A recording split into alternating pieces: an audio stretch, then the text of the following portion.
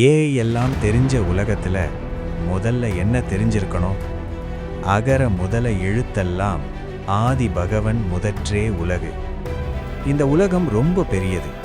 AI, robot, quantum computer எல்லாமே இருக்கு. ஆனா வள்ளுவர் இங்க என்ன சொல்றார் தெரியுமா? எல்லாத்துக்கும் ஒரு தொடக்கம் இருக்கு. எழுத்தெழுதணும்னா ஆ இல்லாம எழுத முடியுமா? முடியாது. அதே மாதிரி இந்த உலகம், இந்த உயிர், இந்த அறிவு, இந்த தொழில்நுட்பம் கூட ஏதோ ஒரு அடிப்படையில் தான் நிற்கிது. இப்போ நீங்கள் நினைக்கலாம், ஏஐ எல்லாம் செல்ஃப் லேர்னிங் தானே, மெஷின் தானே அப்கிரேட் ஆகுது.